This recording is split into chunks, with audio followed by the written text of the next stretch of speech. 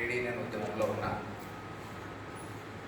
Trade యూనియన్స్లో వర్కర్స్ను organise చేయడం, కార్మికులతో ఉద్యమాలు నిర్వహించడం అనేటువంటిది కొంత సులభమైనటువంటిది. రైతాంగ పోరాటాలతో లేదా రైతు సంఘ సమావేశాలు, రైతుల ఉద్యమాలతో పోలిస్తే ట్రేడ్ యూనియన్స్లో కొంచెం సులభంగా ఉంటుంది. ఎందుకంటే అందరూ ఒకే కాంపౌండ్ వాళ్ళు 100 మంది 1000 మంది దొరుకుతారు. నీకు అన్యాయం జరుగుతుంది, పొలం రా అంటే వచ్చేటువంటి పరిస్థితి ఉంటుంది.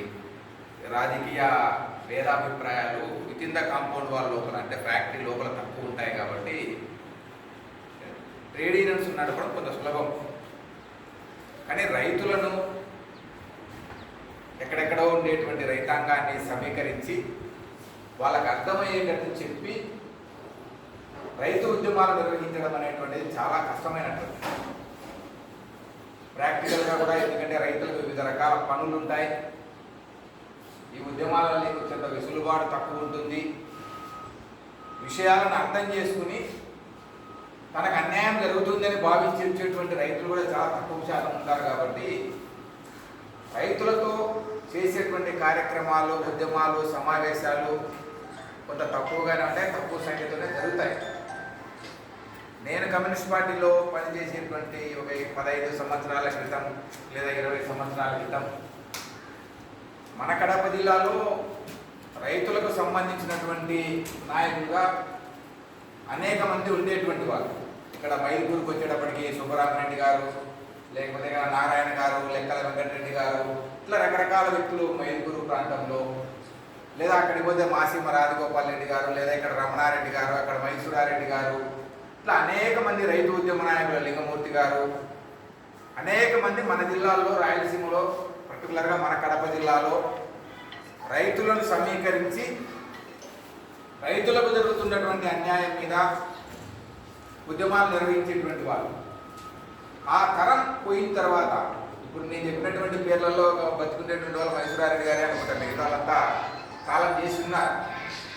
ఆ తరం పోయిన తర్వాత రైతులతో కలిసి పనిచేసి రైతులకు జరుగుతున్నటువంటి అన్యాయము లేదా రైతులకు జరుగుతున్నటువంటి ఇబ్బందులు, వాటి మీద వారిని సమీకరించి రైతులను ఉద్యమం లోపలికి తీసుకురావడానికి చేసేటువంటి ప్రయత్నం అనేటువంటిది పెద్దగా జరగడం లేదు. చాలా ఒకరు ఇద్దరు నాయకులుగా ఉండేటువంటి వాళ్ళు మాత్రమే ఈ మధ్య కాలంలో రైతు సంఘాలను నడుపుతూ ఉన్నారు. దాంట్లో మన రమణ ముఖ్యమైనటువంటి వాడు.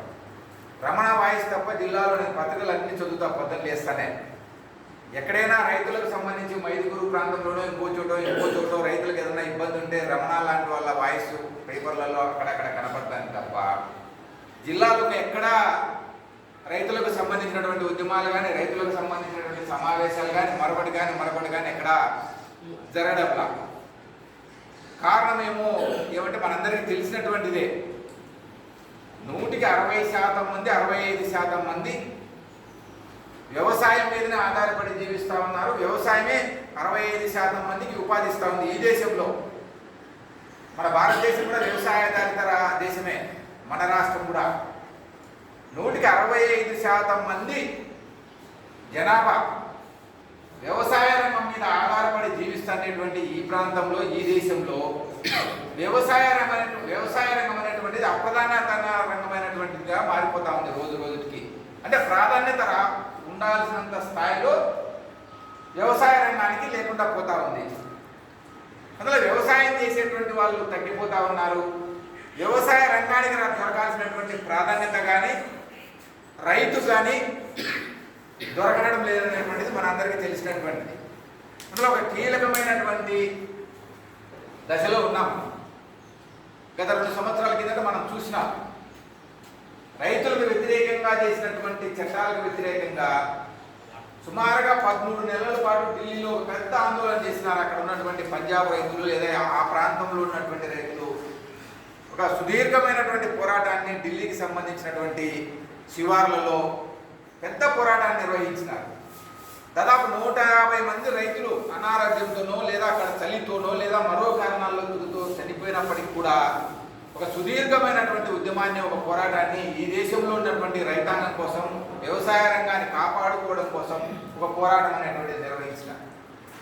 అంత పెద్ద పోరాటం జరుగుతూ ఉన్నా కూడా మన ప్రాంతంలో ఆ రైతులకు సంఘీభావంగా కానీ లేదా ఆ ఉద్యమాన్ని బలపరిచేటువంటి పద్ధతుల్లో కానీ మనం ఎప్పుడు రోడ్లు ఎక్కేటువంటి పరిస్థితి కూడా లేకపోవడం వల్లనే రైతాంగ ఉద్యమాలు ఇంత బలహీనంగా ఉండడం వల్లనే అన్న ఇందాక చెప్పినట్లుగా కూడా మనకు రావాల్సినటువంటి నిధులు కానీ మనకు రావాల్సినటువంటి ప్రయోజనాలు కానీ రావడం లేదనేటువంటిది నాకుండేటువంటి అభిప్రాయం.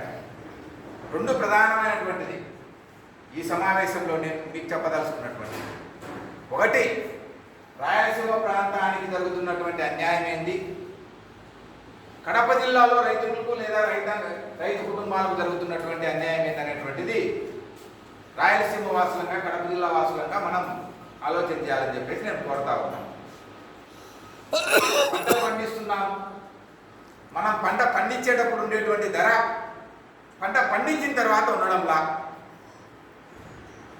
పంట వేసేటప్పుడేమో ఆ పంటకు బాగా ధర ఉంది, ఆ పంట వేస్తే మనకు కొంత 4 రూపాయలు లాభం వస్తుంది లేదా 4 రూపాయలు మిగులుతుంది అని చెప్పేసి ఆశపడి మనం మిరపకాయో లేకపోతే ఎర్రగడ్డలో లేదా టమోటాలో ఇంకోటి మనం వేసిన తర్వాత ఆ పంట చేతికి వచ్చే సమయానికి